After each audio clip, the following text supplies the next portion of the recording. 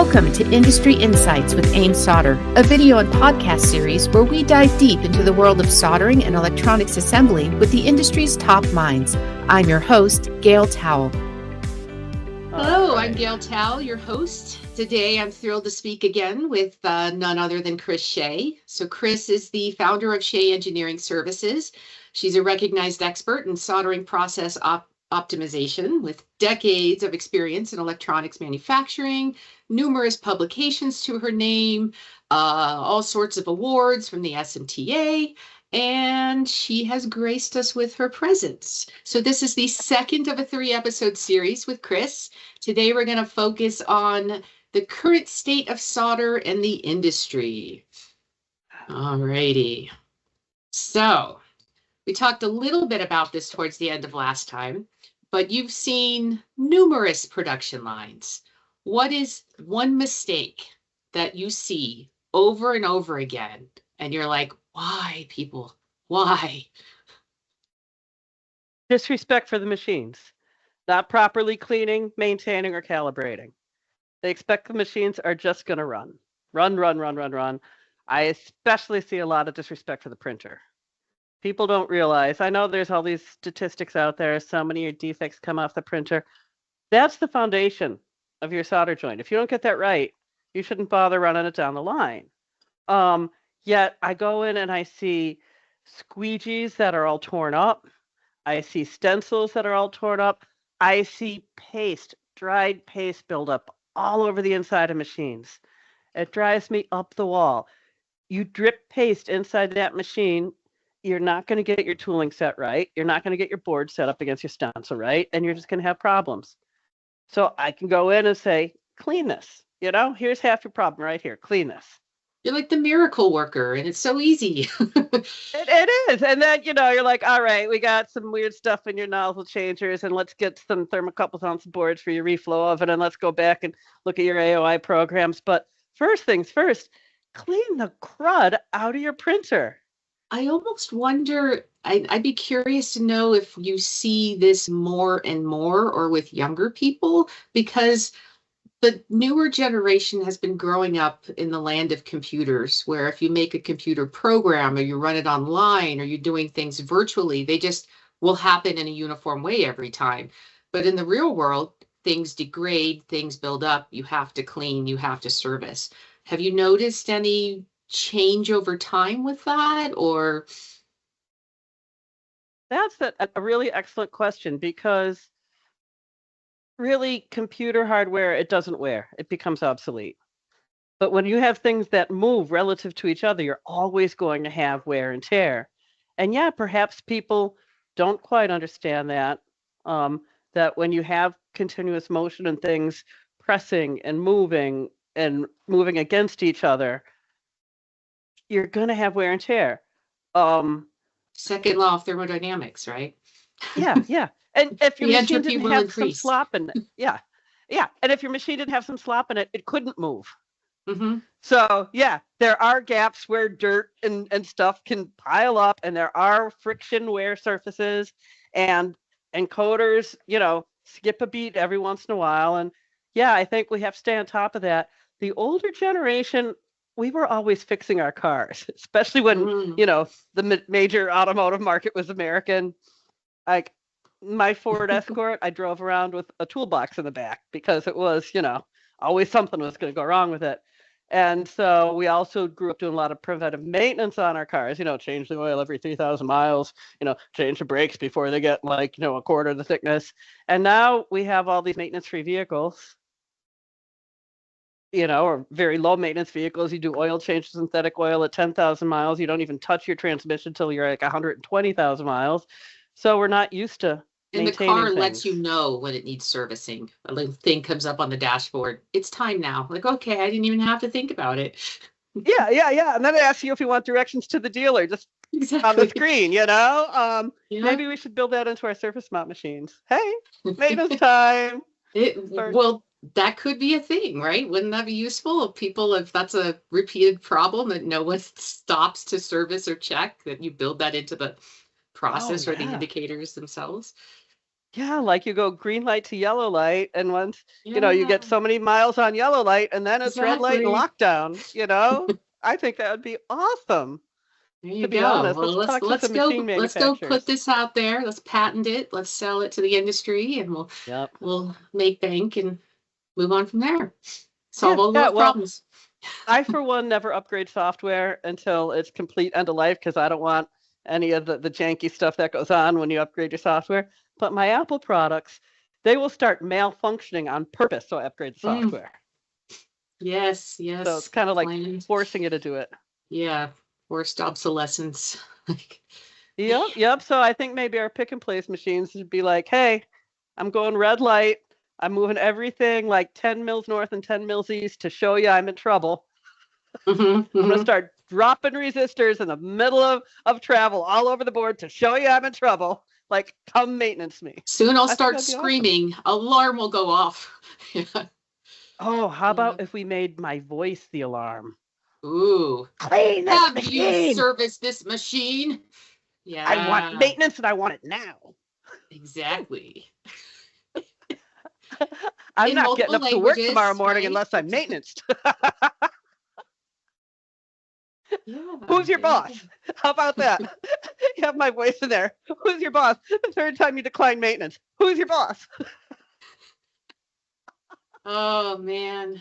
That would be fun. Yeah, they can make like an AI version of you that just comes up on the screen and then like says whatever mean messages are required. Oh, yeah. Now, I can Yeah. be mean, but AI could model me really, really mean Yeah. You with a can smile on adjust the my face. meanness setting depending upon the sensitivity of the engineer. Oh, yeah, yeah. Yeah, like if it's an operator doesn't know, I'd come up and be like, hi, hon, you know what?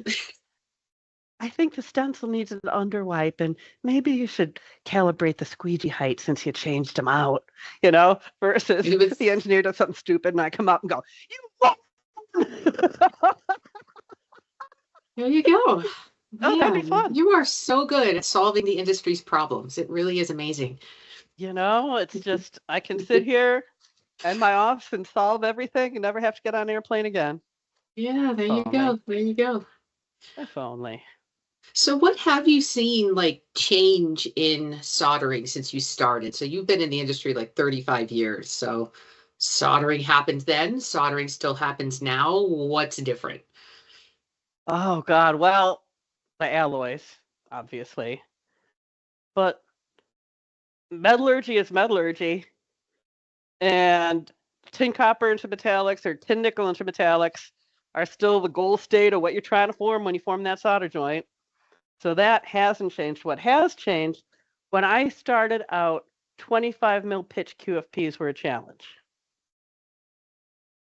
And our smallest passive was an 0805. And we were qualifying 0603s and 0402s. And we were seeing if we could get And away now those with. are huge. Oh my God, they're ginormous. And the problems we were having was the pixelization on the cameras.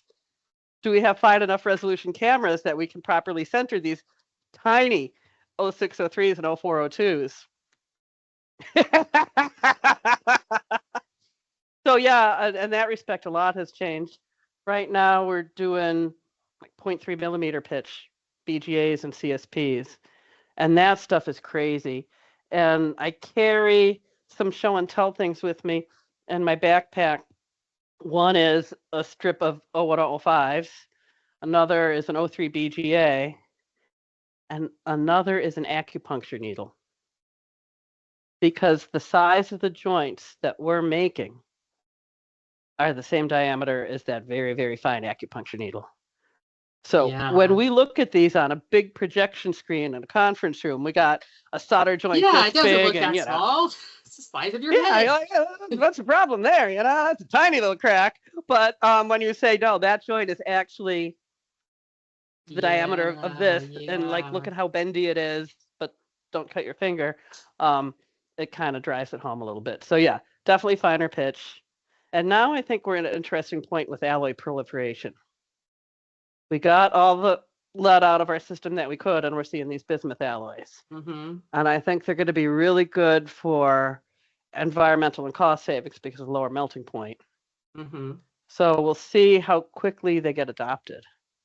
That's gonna be fun. Yeah, that's definitely something we've been promoting with some of our third generation alloys. Yeah. So, Well, with high rel and low melting point, there's a lot of new paste coming out. And that's mhm. actually why we're resurrecting the SMTA board, the paste I was going to qualification ask board. you about that next. Tell us Oh, about well, your yeah. SFTA boards and how you came up with those and what you've been up to with that. Oh, well. There's an interesting story behind here. I've done a lot of test vehicles over the years in my previous jobs.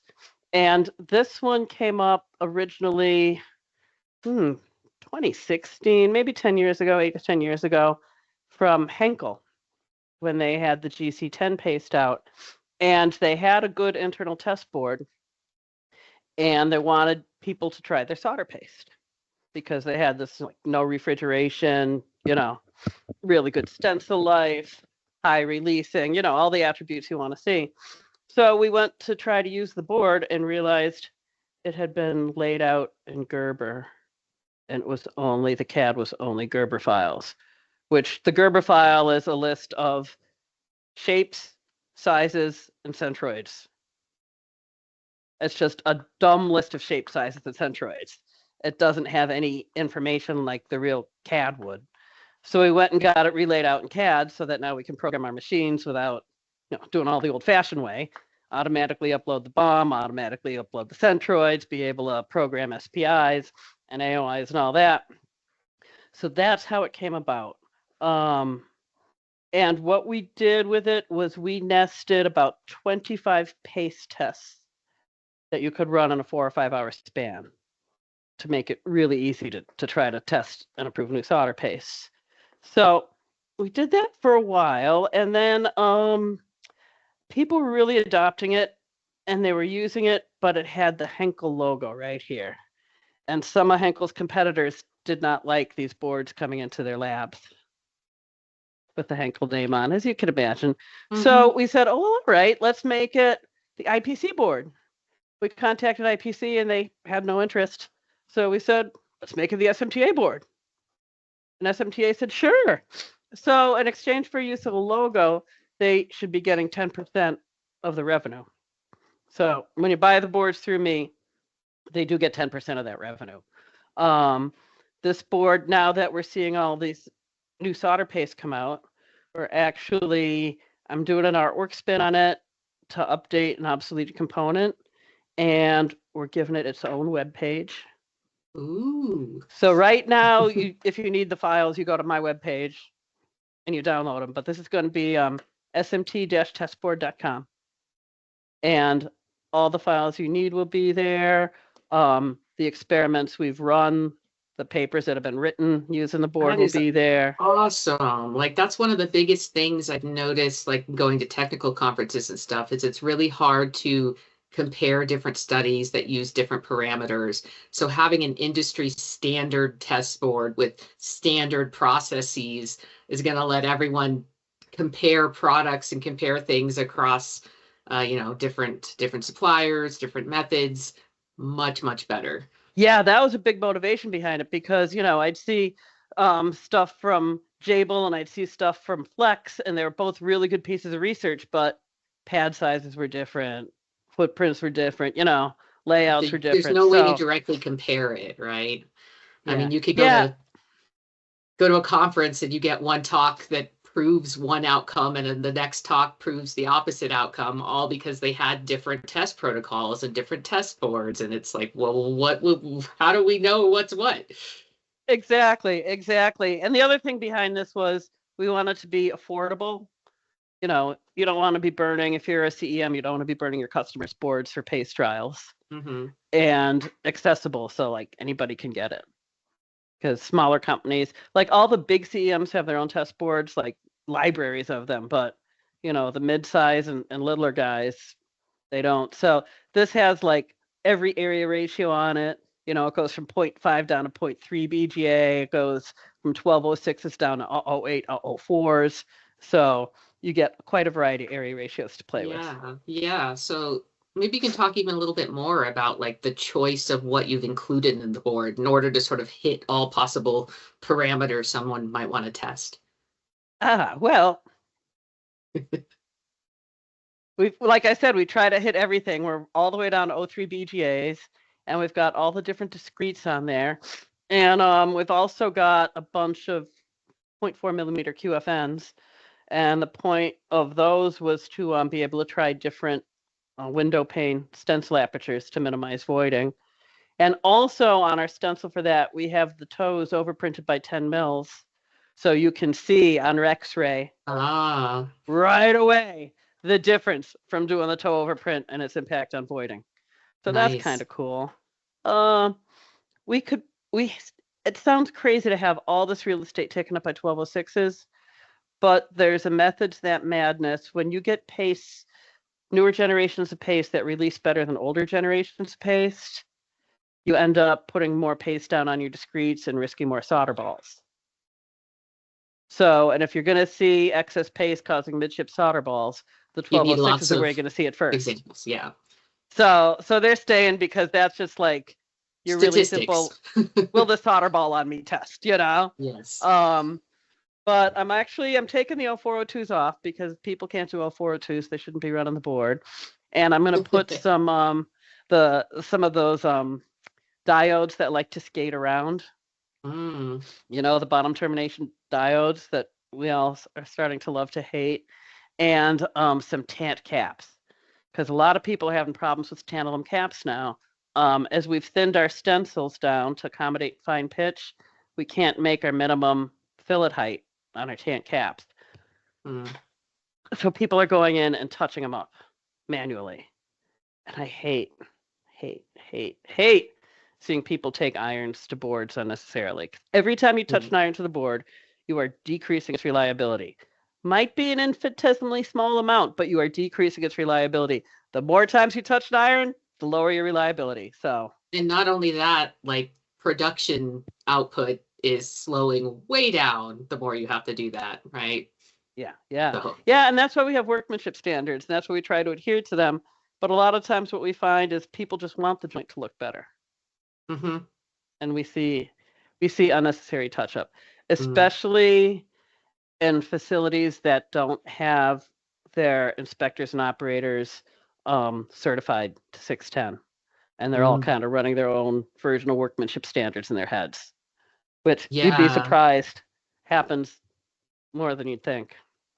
Yeah, I remember I looked through those standards quite a bit, and just some things about like, don't be inspecting it at more than the magnification you need to, because then you're going to be nitpicking things and poking around with things, and like you don't have to, you're just making it worse.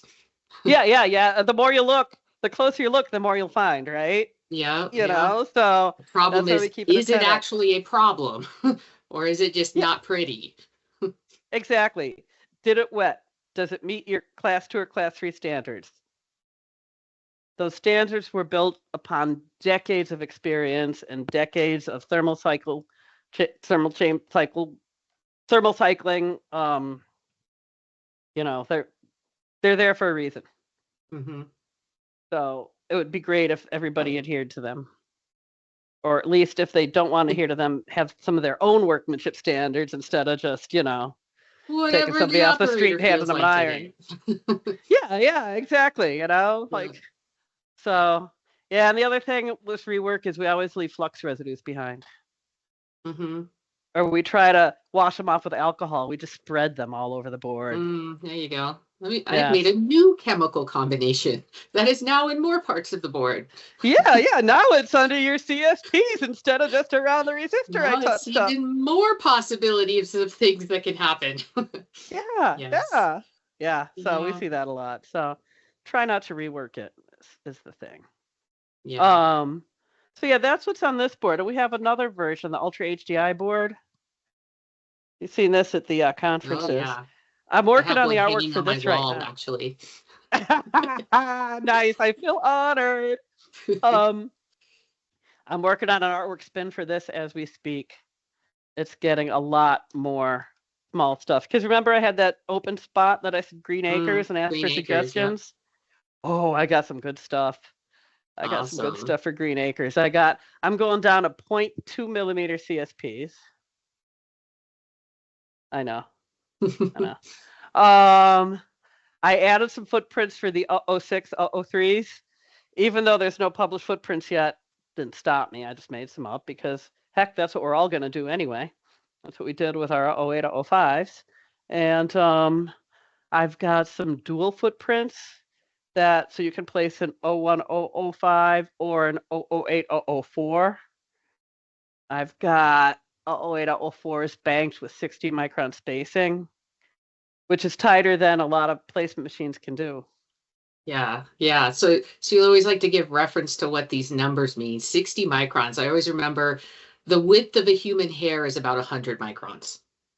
Yep. So you're smaller than that in the spacing of your components.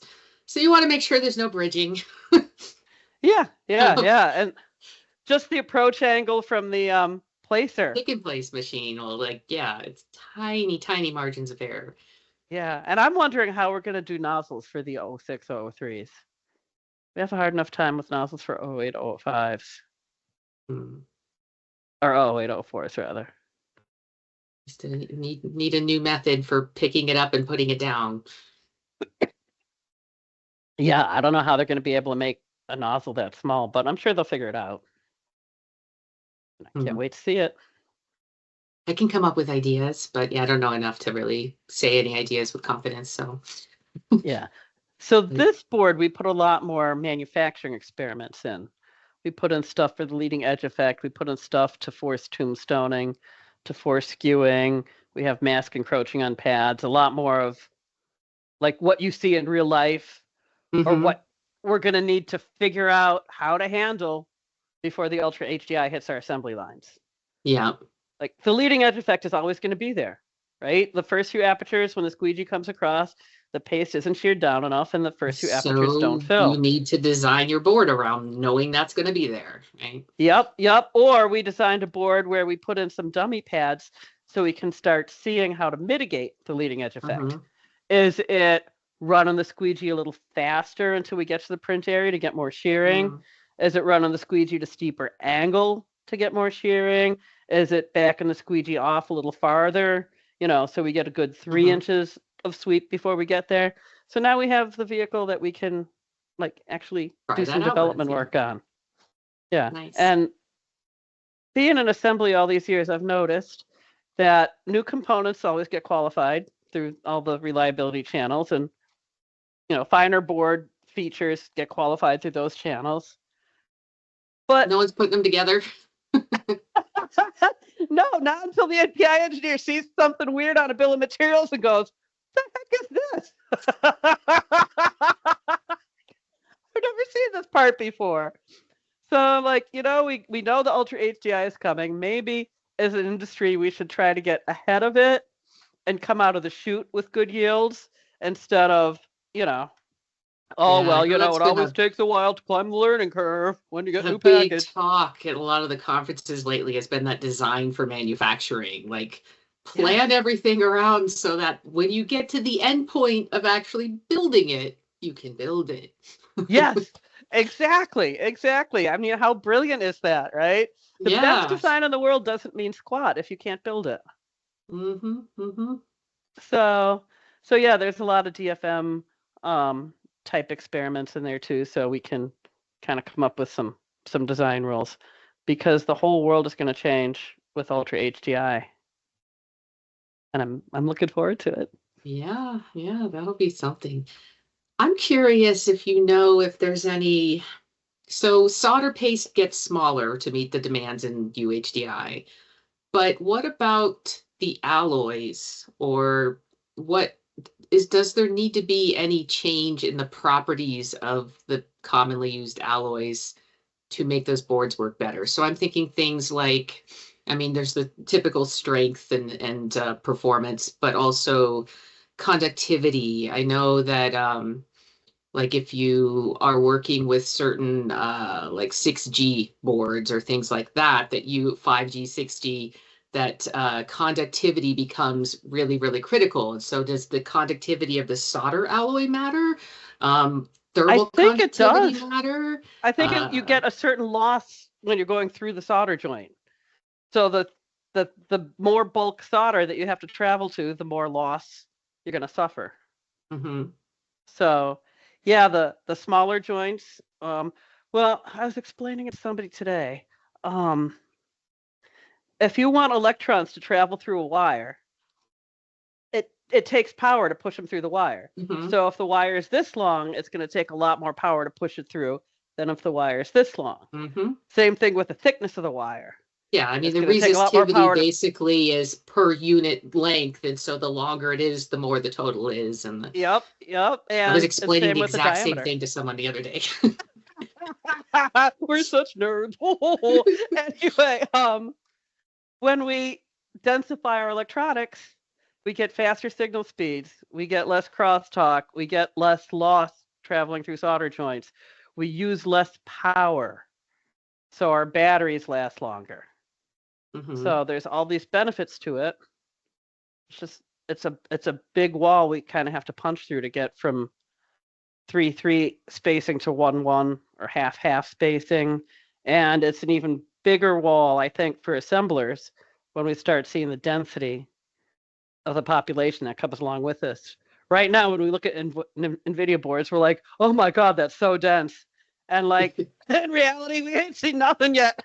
Yeah, there's stuff coming down the pipeline there. So I wonder then with solder paste, it might be more of a paying close attention to, well, the particle size, distribution properties of the powder, but the properties of the flux medium itself in order to get the deposit off the stencil onto the board, staying where it needs to be, and then not moving elsewhere or trying to travel or doing something during the process. Yep, because we ask paste to do a lot. We ask it to go through all these viscosity shifts like in a matter of seconds, right? Yeah. It's the whole non-Newtonian fluid thing. Once you start applying forces to it, its viscosity changes temporarily. Yes. So, and how temporarily is it? Depends on the material itself, how it shears down and sets back up. And so we've got to have this flux that is really good at these really, like the tinier the hole, the more fluid it has to be to fill it. So we've got to get these fluxes. Put after you take the stencil off, and then yeah, and it has to do it for like 8 or 12 hours. Because what we notice when we see paste getting sheared out is we have to program a little pause before we separate to let the paste set up while we go off hunting for more paste or whatever. So yeah, and then after all of that, we want to be able to clean it, or we want it to be so highly resistive that the ions contained in the residue aren't going to electrically conduct, even in the face of a high bias in a moist environment. We ask a lot from our flux. We really do. I've heard a little bit about this fluxless soldering, formic acid reflow. What do you know about that? And do you think that's going to take off as a thing in the space? It's very, very interesting. I've seen a couple presentations on it recently, and a lot of people are pretty hyped up about it. On paper, it looks great. Is it working in reality is the question. That's the big question. And, people are showing where it has worked, not necessarily in super fine pitch things. And I definitely see the plus of it is that you're not leaving ionic residue behind. Absolutely clean. The reduction reaction takes those ions somewhere else. So you don't leave residue behind. So that's awesome. But formic acid is really nasty stuff. And if we get some of that trapped in mask or under mask or stuff like that, I think we're going to have some field failures. So I'm hoping that we get all of that figured out before we scale up and go big time so that it can be scaled up. Because, when we start with a fledgling technology, if there's reliability issues with it out of the gate, everybody becomes gun shy. And nobody wants to try it. So hopefully all the environmental factors and the cleanliness and all that will be shored up very nicely before it goes big time. Because I've seen other technologies that would have worked great had they been mature enough at introduction. But they were too immature at introduction, or they weren't being tested right. And now no one wants to go there. So yeah, exactly. Case in point, microvia stacks. We're all like, we won't stack more than 2 microvias because we had failures in 2019. Well, the test we had back then wasn't a very good predictor. Now we have better predictors, but we're still gun shy. Yeah. So what do you think are some like other technologies in this space that are like getting overhyped, or any that are getting underhyped? Well, I don't want to say overhyped, but a lot of exposure, a lot of attention is going to the newer reflow methods. Not just the formic acid, but also vacuum reflow. Phase. And I know vacuum's been around for a while, but that's one of those that we took the cake out of the oven before it was fully baked. It could have used a little bit more maturity before implementation, because I've had a lot of calls about help with like vacuum reflow systems and profiling. Because a lot of them don't pull vacuum till after your peak. And like half of your flux is burning off in your peak zone. And I think the reason some of them are delaying till after peak or after spike is so that they don't have to deal with the flux management and the vacuum system. But when you pull the vacuum after your peak, you're extending your time above liquidus to 110, 120, 130 seconds. So that's a long TAL. So then you worry about burning out your flux or getting your IMCs too thick. So I think there's and a lot of times we've just had problems with bad seals on chambers and, wrong plumbing or wrong control. So I just think that there's a lot of promise there, and it's great at pulling out voids once you get it dialed in, but I think there's still some maturing to happen in that process. And vapor phase is coming around again. It actually never went anywhere. It's just always been everybody's last resort. Yeah. Nothing else worked. Nope. Time to move on to the big guns. Yep. We still keep seeing advancements in selective soldering. We're still seeing a lot of advancements there. I listened to a webinar the other day by somebody who really, really understood the process, the whole liquid soldering process incredibly well. And that's a good thing, because that's an art we've lost in our country. We don't really have many wave solder or selective wave engineers anymore. And it's such a cool process. So you're playing with molten metal. Yeah, it's like the Terminator thing. It's fun, right? Exactly. What's not fun about playing with molten metal? So I see a lot of that coming down the line. I see more laser depaneling coming, but it's historically so expensive that we're seeing more entries in the market, and we're seeing those prices come down. So I think we'll see more of that down the road, because we just can't keep using pizza cutters and routers to depanel our boards. We're cracking joints if we get way too close to the edge. We're getting better laser depanelers now that aren't burning corners. So I think we're going to see a lot more of that coming. Yeah. Just as part of the miniaturization going forward. Yeah. Well, I think that wraps up this episode. So thanks again. And we'll be doing one final episode with Chrys next time. All right. Thanks, Gayle. It's always great talking with you. We have so much fun.